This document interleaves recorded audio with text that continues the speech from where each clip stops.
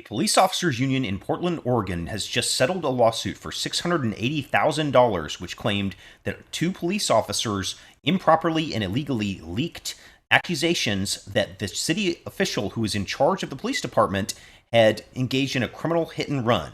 She says not only did she not even own a car, but that the reason that the police did this is because they hated her support for the Black Lives Matter movement. And a lot of dirt has come out in this lawsuit. Even though it's settled, the problem for the police is that they settled this almost at the end. So we have depositions, we have evidence, and we have a whole lot to support the allegations that this woman is making against the police in Portland. I'm Kevin Kneupper. I'm an attorney at Kneupper & Covey. I want to walk you through this lawsuit and all the details that we have from the documents that were filed in court as part of what's called a summary judgment motion. Now, if you don't know who this is, her name is Jo Ann Hardesty. She was a city official who was on the city council in Portland, and she was a big supporter of Black Lives Matter when the movement was kind of at its peak in 2021 or so. And there was a lot of controversy. There were a lot of people talking about it. The police did not like what she was doing, and they were very worried about her. And we've learned a lot about that from this lawsuit. And she, when this hit and run accusation came out, she was not happy about it. She sued the police, and I want to show you the settlement and then what she said in this lawsuit. First, here's a newspaper article about the settlement for $680,000. It was made by the police union based on actually the head of the union at the time is the one who was accused of making this leak, along with another woman who is just a general police officer. The interesting thing about this article, why I picked it, is it's from the Oregonian, which is a newspaper up there, and which is actually one of the two journalists to whom this information, the false information, was leaked to. And now they're writing about it still, I guess. But they are part of who kicked all this off because their story, as well as this guy who's a live streamer, are what made us go down this route that led almost to a trial. So I'm going to show you now the complaint in the lawsuit. This document is what is called the complaint. It is the first document that's filed in the lawsuit. You can see the plaintiff here was Jo Ann Hardesty. She sued the city and she only asked for $1 from them. She'd actually worked for them, so I think she thought they were at fault, but she wanted sort of a moral victory, and they did settle with her for a small amount. But she also sued the police association, and this complaint's going to show us what she knew at the beginning of the case before she actually got into all the discovery that tells you a lot of stuff that you may not know from the outside. So she sues the city. She sues two people here. Brian Hunziker, who is the head of the police union at the time this is happening, and Carrie Audeman, who is sort of just a rogue police officer who we will find out later there's a lot of interesting things going on with her. So she says, this is the plaintiff, this is Jo Ann Hardesty. She says she's the first black woman to serve on the city council. She was one of the 5 city commissioners, and that really, as we'll see later, is what earned her the hatred of the police union. She says she's been openly critical of the union and its members, opposed race discrimination by them, and that's the Portland Police Association is PPA. And then she's suing. She says that on March 3rd, 2021, there was a white woman named Evelyn Ellis who was in a minor car accident with a black woman who was not her, is not Hardesty. And she says that Miss Ellis, this white woman who gets in a car accident, calls the city of Portland and reports Miss Hardesty as the one who did a criminal hit and run on her. And interestingly here, and a key part of her suit, is that this really wasn't much of a hit and run. It was a fender bender at best. She says the reported damage to the vehicle was a 1-centimeter circle on the white woman's bumper, possibly caused by the license plate screw from the offending driver's license plates. And the white woman identified the car as being a tan Toyota Corolla and swore on her life, quote, that it was Commissioner Hardesty who had committed the crime. And then when that goes to the police, they kind of go wild because they're in a fight with Commissioner Hardesty. They do not like her. We will see a lot of interesting things they were saying internally about her later.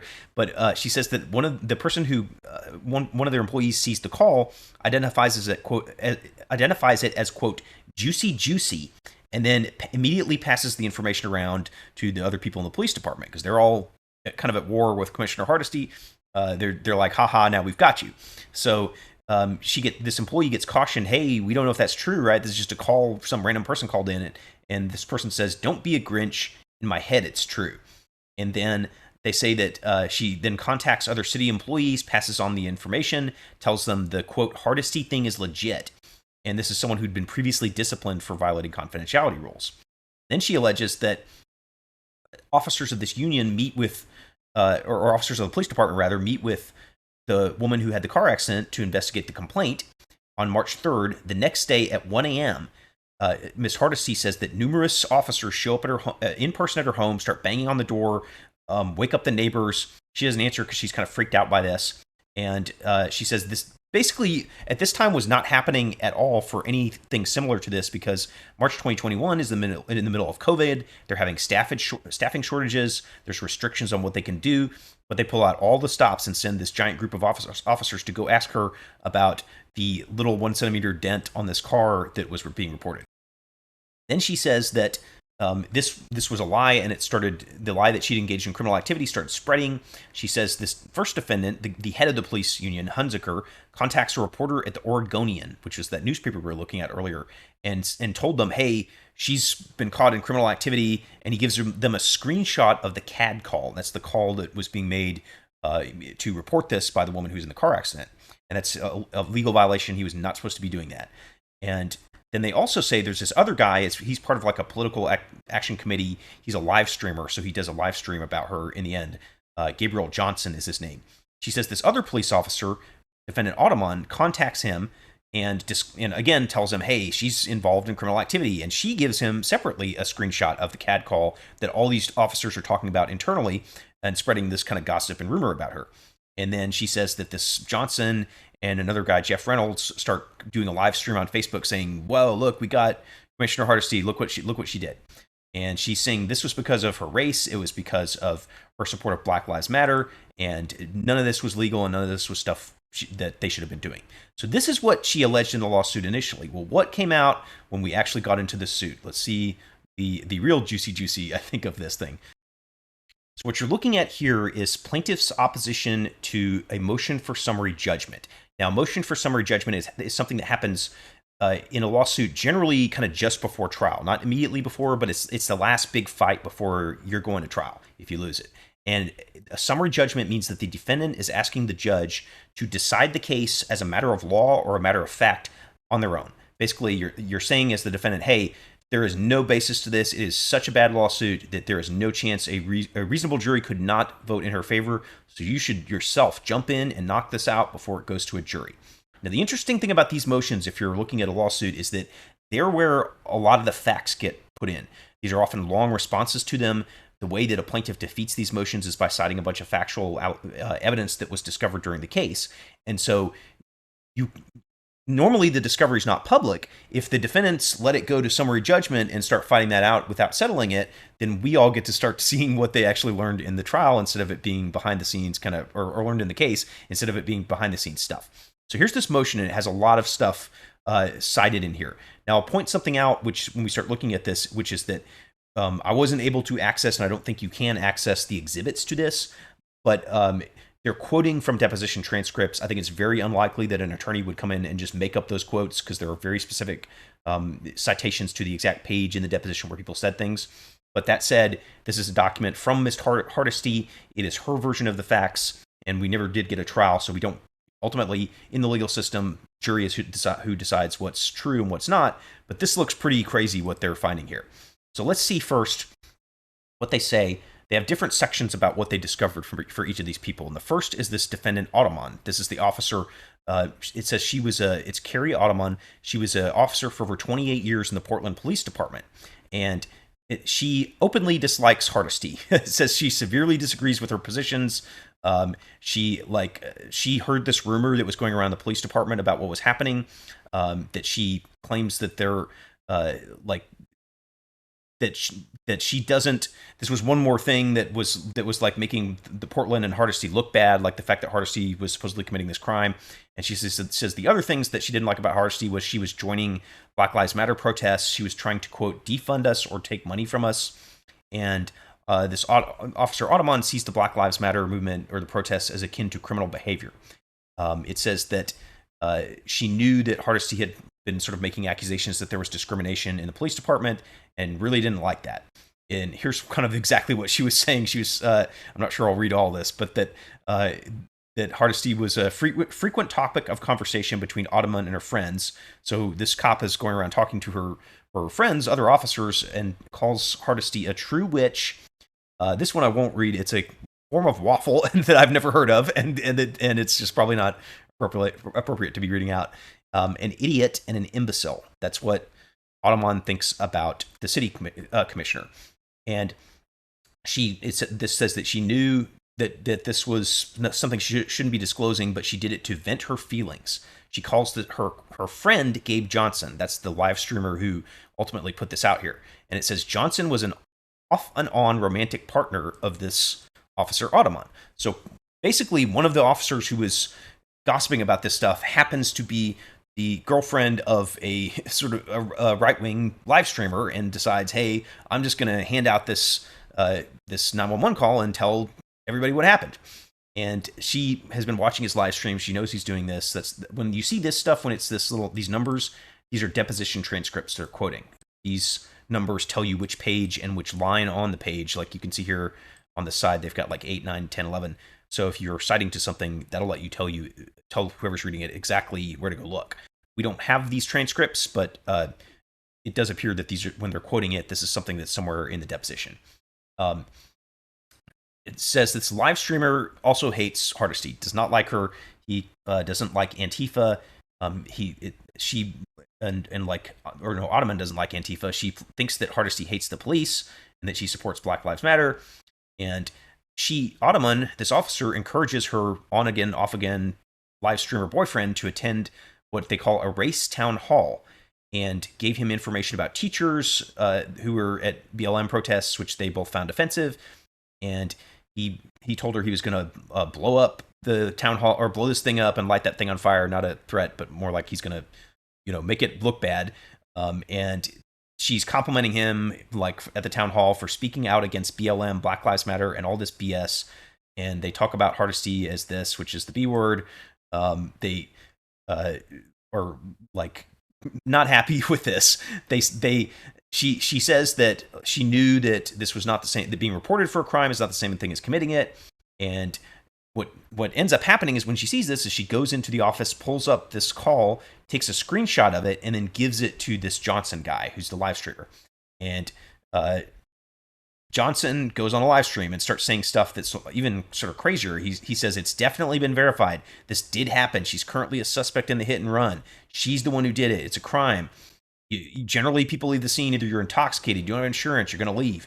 She ran into somebody, all this stuff. So he's calling her a drunk. He's saying that she did a DUI, which isn't even part of the allegations. And then he says this, which is kind of offensive. He says, I don't think she has high integrity. There's something that goes on where there's some kind of like black immunity in Portland. That's a quote from one of the people on the stream, Angela Todd. And so this is not okay. This is stuff that, like, handing that over to this guy is a pretty serious violation of the law, and he was running with it to say stuff that was extreme.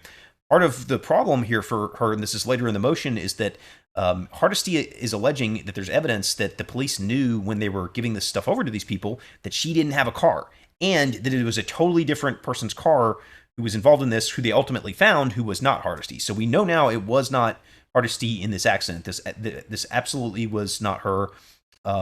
And Audemars, this officer, still went ahead and did it, which is kind of a huge thing to have happen, especially because this is her boss. This is who determines the funding of the police department. And over this sort of political disagreement, she tries to nuke her life, essentially. There's allegations that Audemars deleted text messages, which were specifically went into the text and deleted several messages that she knew about that she'd sent that night to this Johnson guy. And also allegations that she changed her testimony. So that's what they discovered about her, which is pretty bad. It is pretty, according to this motion, conclusive that Audemars did make this disclosure unlawfully.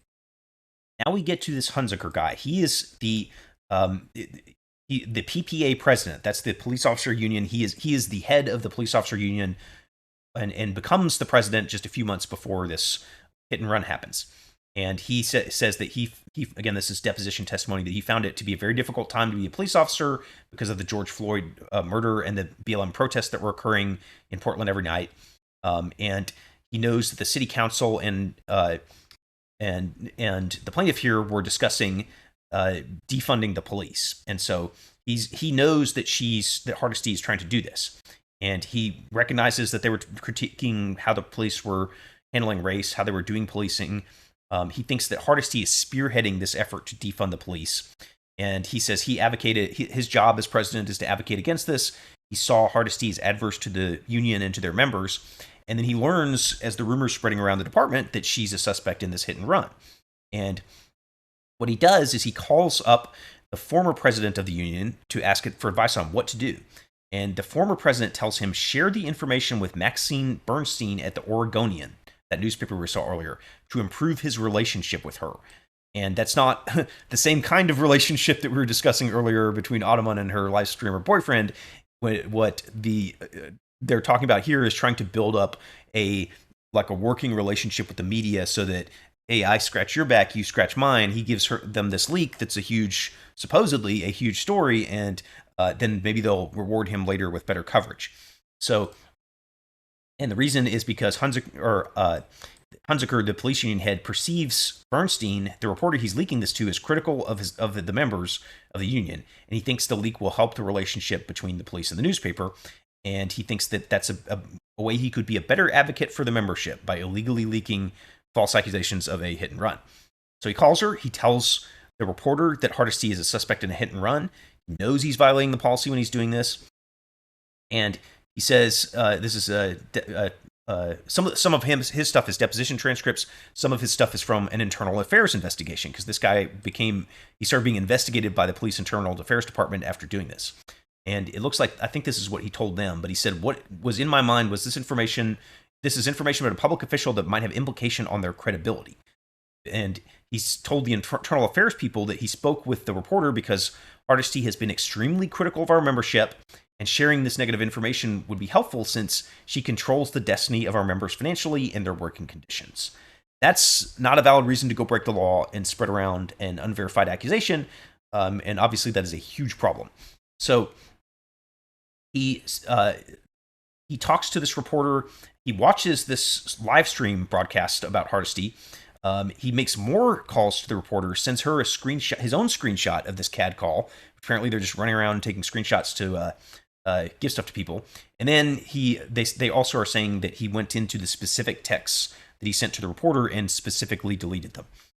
Then the other thing that's kind of crazy here is that this guy, while he's the police officer union, starts drafting a Facebook post that's the city's sort of response to this. And he says, he's saying that the investigating the source of the leak is a waste of resources and, quote, unbelievable that they would do that. And he says he wanted the tone of this draft to be pissed off or angry. And he thought Hardesty should thank the police for how they handled the matter. So, and that the police published his statements that he drafted. They say resisting investigation to his own misconduct. So this police union head was telling everyone and Hardesty that she should thank them for how they leaked her hit and run. So then he gets notified of an internal affairs investigation of him. He resigns as president on his own. He concedes it was a serious mistake. The union admits it's serious. They replace him with Turner, the same guy the ex-president he called, who gave him the advice to leak this stuff in the first place. The city fires him. And then after he does a grievance on that, he says, no, I shouldn't get fired for doing this. They reinstate him with back pay. And then this says, when a few months later, the local press reported he'd been receiving 2 salaries for full-time work from the city in Clark County since February 2023, and he resigned the same day, and then Clark County fires him. So this guy had taken 2 jobs, one with the city of Portland, another with Clark County, and was pretending to work 2 jobs and taking 2 salaries among his other activities. And I also want to show you what happened as part of this investigation. This is all kind of going on at the same time as the rumor's spreading. The cops are actually trying to find out, okay, did she do this or not? And one of the officers checks the DMV database. He finds out that Hardesty had a gold Volvo previously that she donated to this group called Volunteers of America 2 years before this hit and run happened. So they know she didn't have a car. They've done a check to see, did you have one?